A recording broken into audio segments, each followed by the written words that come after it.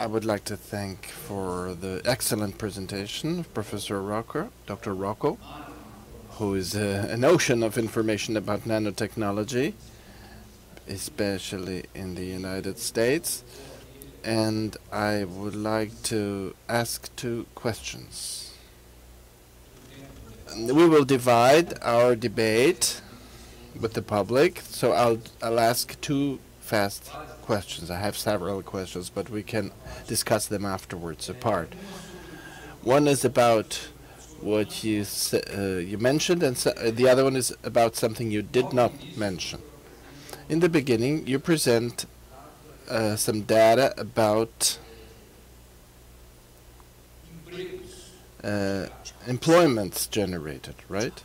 Jobs generated at a rate of 25%.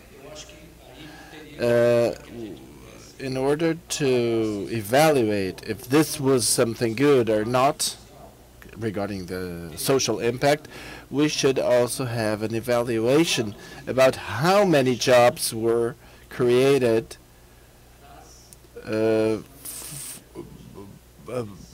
after the adoption of the nanotechnology.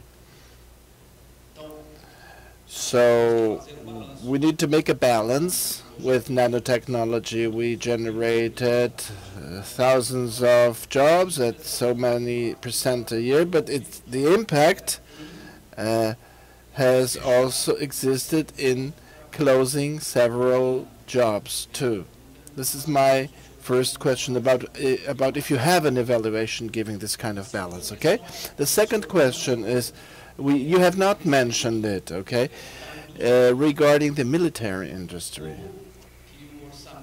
How does the budget of the National Nanotechnology Initiative what is the percentage that goes to the army industry in the United States? Okay. After his answer, we will be open for other questions. Well, thank you for two easy questions. I will start with employment. Is not on? Yeah.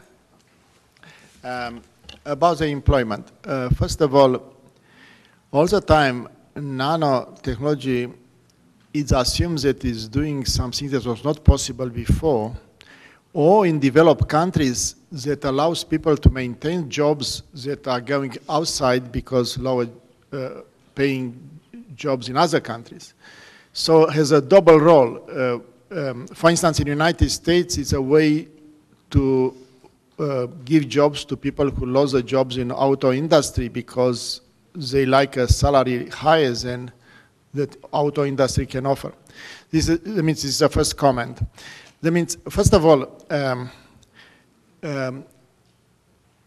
based on the statistics that we have from information technology and other emerging fields, we found that for each new job created in nano, there are about 3 supporting jobs that are created. So basically, if we told that will be $2 million people will be hired eventually by 2015 worldwide, basically the other 6 million that will have supporting jobs, not as well paying jobs, but supporting jobs for this. That means answering to the question how many jobs were lost, the question is not so relevant because, as I mentioned, in developing countries, usually you create new jobs because you do things that were not possible before. For instance, you create these electronic devices that are faster and smaller, and so you create new jobs. That means you create things that were not available before.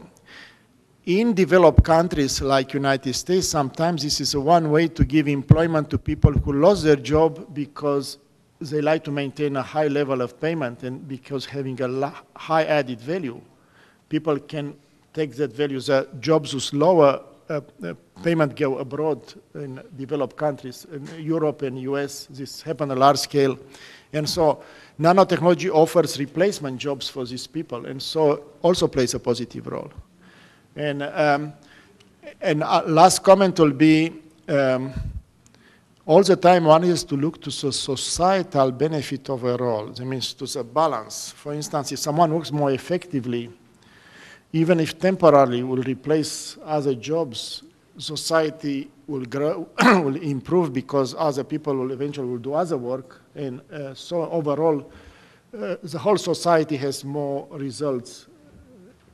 The challenge now is to make nano-economic. Like basically, we are in a phase that many developments are not economic.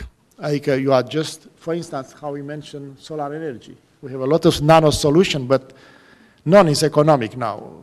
As I told you, unless government pays 90% and you call it, but it's basically paid by taxpayers, some people do not eat to pay that subvention. And so it's not economic now, but will become economic and it's worthwhile to work in that direction. Second question about military development. First of all, military development happened in all countries. And this you learn anecdotal from news from different sources. The only country that publish what is doing is US. That means would be very positive to have a requirement that all countries publish as they do in this field.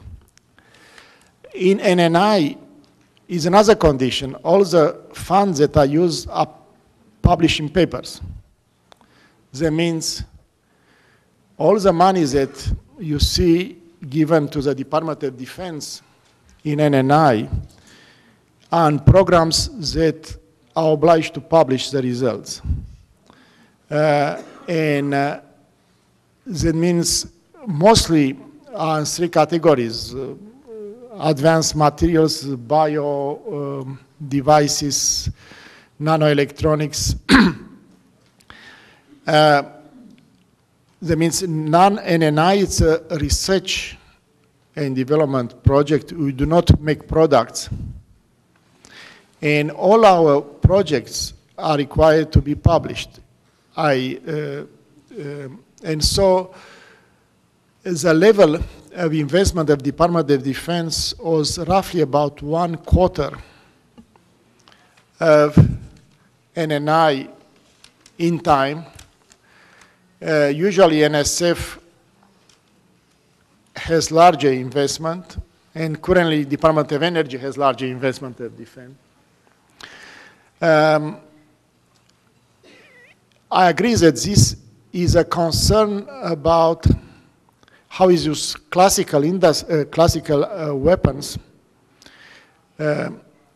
It's a concern worldwide that this development should be more transparent and to be eventually, if it's something that is very different from, I will call classical methods, to be maybe limited or eliminated. And this is a problem for the future. I think it is a very difficult issue because it's a problem that relates to politics, competition among countries. And in my opinion, the main concern is now that most of the countries that do research in this field don't publish one word about. And this is a main concern. Okay. Yes? I would like to ask Dr. Rocco. My name is Alexandre Quaresma. I'm a writer and researcher working at Renanosoma.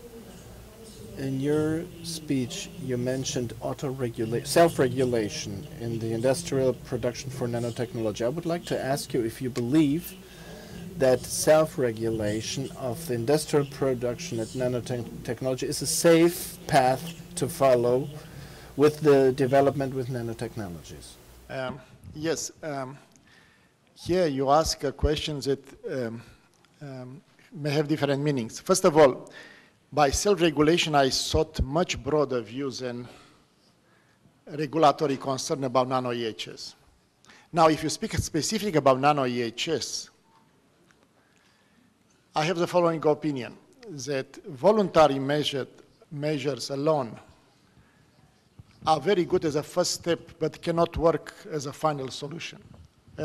Based on the experience in different countries with this approach, that means voluntary measures are very good preparatory step, and if it's combined, sometimes it could be even the culture in one country, or with reinforcement with regulations. If it doesn't happen, it could work very well.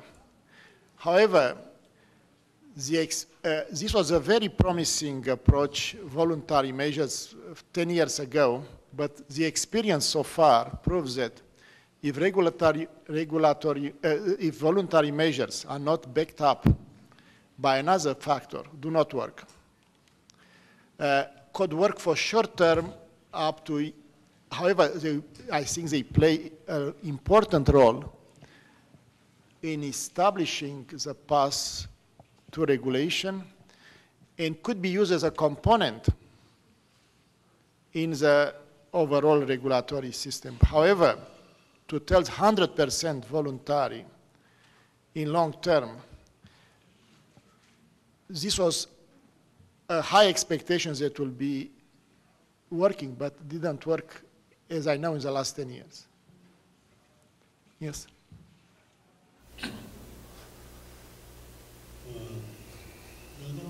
My name is Richard Miniduli. I'm a researcher a retired researcher at the Agricultural Institute of the Agricultural Ministry of the State of São Paulo. Since 2004, I'm researching in the web something that already exists in terms of application in nanotechnologies in agriculture. With a team of researchers, we made a research about possible impacts of nanotechnologies in the production chain of soybeans in Brazil. My question is, besides incremental applications of nanotechnologies in the agricultural sector, such as the use of nanosensors, agrochemicals, such as with nanoformulation, among others, do you consider that one day will it be really possible to manufacture food with molecules, or that means make that the material gets organized, as for instance bananas, considering that bananas are organized atoms as bananas. In positive case, in how many decades would that be possible? Well, thank you for your question. I think that the most difficult structure to be created so far are the biosystems.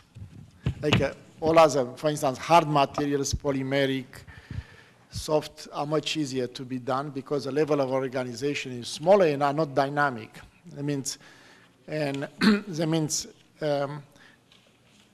it's difficult to make a prediction for the future, but I can tell for sure that it will be possible to create concentrated food in the future, for instance, for people going in the space.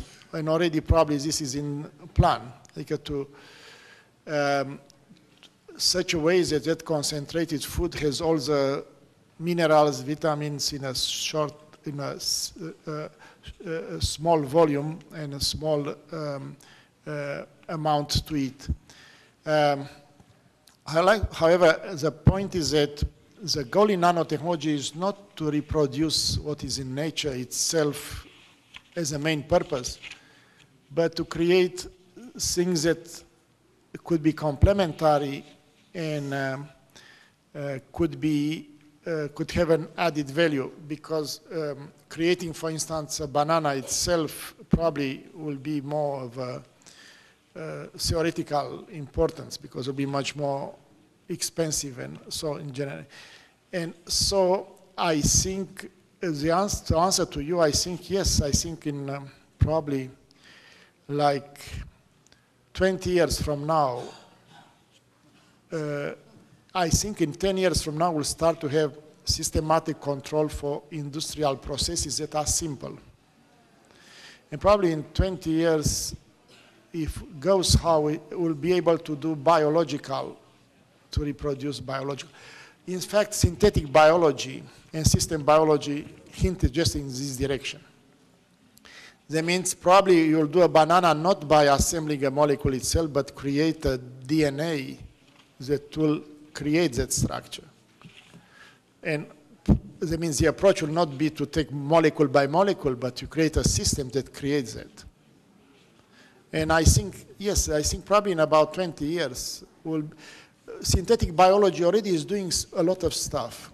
If you find the Lipidor, that is the best sold medicine, is using synthetic biology to do. It means the point that I like to make is not science fiction.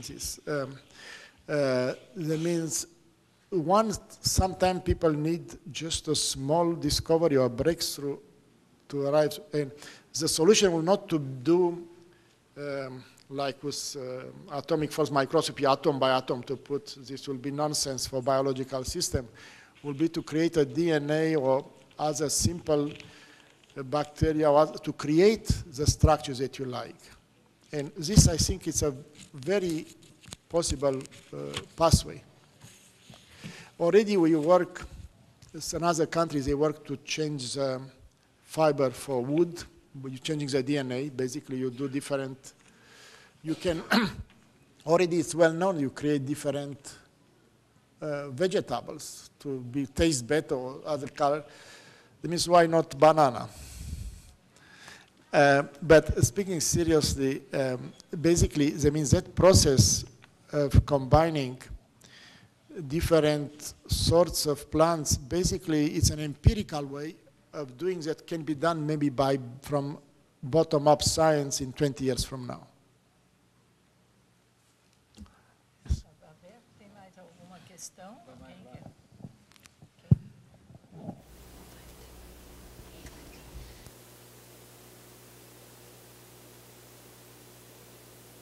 Good morning. My name is Diego Calazans. I make a doctorate in sociology and work with Professor Tanya. I would like to know, you mentioned about technological conversion. There is a concept called singularity. I think you know it, about the moment where technologies converge and make it possible, like a qualitative jump into human life, giving possibilities such as nanorobots, healing people from their inside and things like that, alike. I would like to know, because it's a very few discussed subject, about the possibility of building machines to repair the human body from the inside, or maybe can we lose the control of this technology that potentially could be very harmful or risky in investing even. I would like to know if the potential risks compensate the benefits, or if we're always running on the edge, reducing the chances of happening a catastrophe, but we're never giving up these benefits if they are big enough and worth to be risky. That's the case of the nanomedicine, nanorobots in the bloodstream to recover dead cells or brain cells. This is a case that this is an example of it. I would like to know, in this case and other cases, which are the benefits, the relevant benefits that make us forget those high risks. Well, maybe you recall my second slide was about the extremes presentation of science and reality. Only to give a better, and I come to answer to your question immediately. In 2000, 2004, where 6 people who were speaking about singularity and nanobots, where other 6 people who were speaking about the danger of these nanobots, and about 20,000 people working on nano and not participating to the discussion.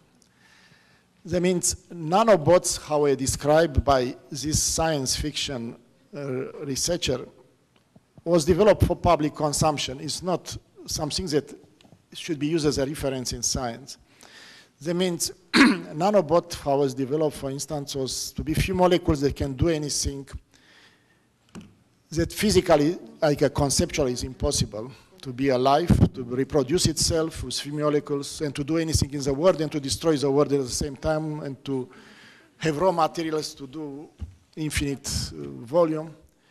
Was a nice public relation picture by someone who is not involved directly in science. And other people, however, who are directly in science, sometimes like to find a simple element for media, like singularity. Singularity, I don't think it's a best term to describe the converging technologies. Converging technologies is a continuing advancement to do better health, to do just work at the atomic level, etc. But singularity is a concept that doesn't make sense because it cannot anything to converge in one place and suddenly to have a explosive development. This is, again, a public relation image to sell that was selling very well for science fiction, and now some people move in science. What is real is that our power is increasing continuously, and very soon we will arrive to work with the level of origin of our life at the DNA level. And that is a real issue. For instance, in 10, 20 years, probably the nano tools will allow to modify the DNA to do genetic treatment, but also to create maybe people with special properties or animals with special quality or so, under control. Now it's not under control. You do 10 million experiments and you get someone, and so you create a new plant by accident, basically. But when it will be by control, will be an issue because of the powers that we have in our hands. However, if you look to the history, 100 years ago, because we spoke about Pasteur, Pasteur discovered viruses, and anyone told that anyone can take a group of viruses, put in the water network of a town, and kill all the people in the town. Didn't happen. It's a balance. First of all, when you develop something, it's also counterbalance, and also it's a public way to deal with this. And so it didn't happen. Secondly, now new tools will be more powerful, much more powerful. And I agree that we can get to a moment of instability if we do not take measures. But all the time we count that we have social scientists like you, researchers like you, and other people who will develop the society with measure and countermeasures. And is no assurance how, for instance, those atomic bomb I take, this is totally different group of research than nano, but finally, people didn't use a large-scale atomic bomb. And that was a tool that you have immediately available. But I don't tell the nano it's anything like atomic bomb, but I just compare that it's all the time a moral and a kind of societal reaction to any new development. And so, in short, nanobots that developed in 2000, nobody even speaks about them now. That means to revive them. And they were so much in our attention, they told that will destroy the world, will destroy the world. In 2003, 2004, after 4 years, there was no proof, no indication that is any science-based disappeared even from science fiction books. And so, however, it's a nice concept. You can teach some people, it's a nice image for public relation. Same thing with singularity. As a single moment of coherence of all the sciences in changing the human nature, also I don't believe in this.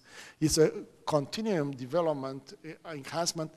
The tools become more powerful and we have to, the risk is high, but at the same time, the risk of not doing that is not having people what to eat, not having the health care, not having so humanity is evolving in a direction that you like to satisfy in the best way the human needs. And unfortunately, as you have a more powerful car, the risk to crash is higher. The same thing, you have higher technology, there are higher risk, but at the same time, we count the society will address the major issues. And that means I do not think that we go in a unique way, in a catastrophic way. I think that humanity has the ability to address from sustainable development up to human development these issues, and more as we have better communication, better awareness, better way to react, we can address these issues. Mais alguém? Tem mais alguma questão?